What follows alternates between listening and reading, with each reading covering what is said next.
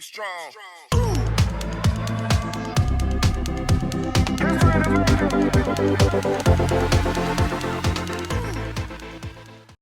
تعالى اقول لكم ازاي تعملوا احلى بط مشوي في الفرن في الكيس الحراري. طعمه تحفه جدا يا جماعه، والتتبيله خطيره خطيره، لازم تجربوها على ضمانتي، ان شاء الله هيعجبكم جدا.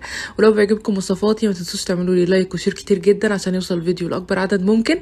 تعالوا بينا نشوف. اول حاجه بقى هنجهز المكونات بتاعتنا. جبت البطايه بتاعتنا كده الحلوه ديت، نقعتها كويس قوي في محلول النقع، هو عباره عن ميه وملح وسكر وخل.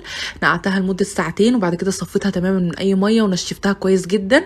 وبعد كده بقى البهارات بتاعتنا، استخدمت معلقه كبيره من الملح، معلقه صغيره فلفل اسود، معلقه صغيره بابريكا، هي دي البهارات بس اللي استخدمتها، ومعلقه كبيره من الصلصه، ومعلقه كبيره من المستردة، ومعلقه كبيره دبس رمان، ومعلقتين كبار زيت.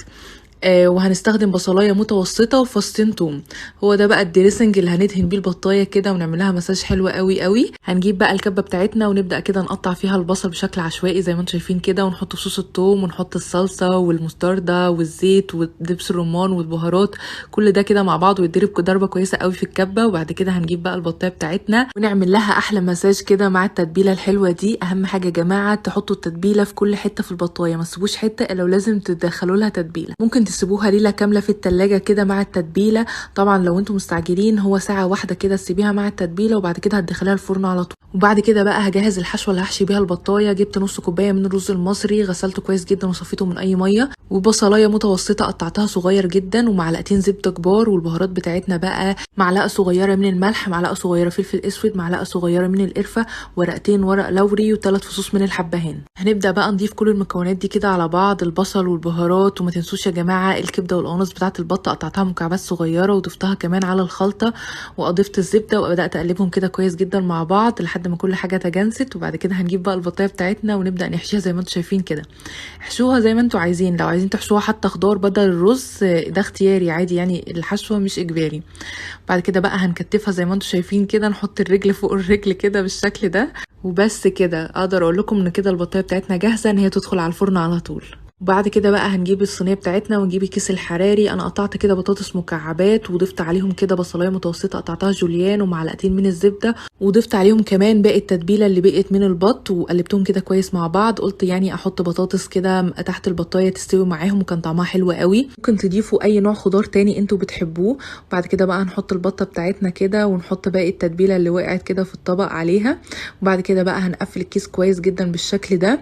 ولو الاكياس الحراري اللي انت شاريها مش متوفر معاها القفل ده، عادي ممكن تربطيها كده او ممكن تربطيها باي خيط عندك. بعد كده بقى هجيب السكينه وابدا اعمل فتحات بسيطه بالشكل ده في الكيس الحراري علشان مع الحراره والبخار الكيس ما يتفجرش معانا.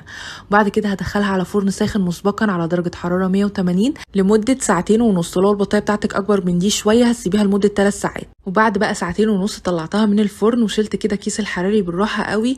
بصراحه لقيتها واخده لون جميل جدا. لو هي مش واخده معاكي لون زي اللون ده ممكن تدخليها على الشوايه لمده 2 دقيقتين كده تتحمر من على الوش، بس انا لقيتها متحمره واللون ده كان عاجبني قوي بصراحه. وبجد يا جماعه هتاكلوا احلى بط في الدنيا، طعمه حلو جدا، التتبيله روعه، والرز طالع مستوي وحلو جدا، والبطاطس طالعه خطيره.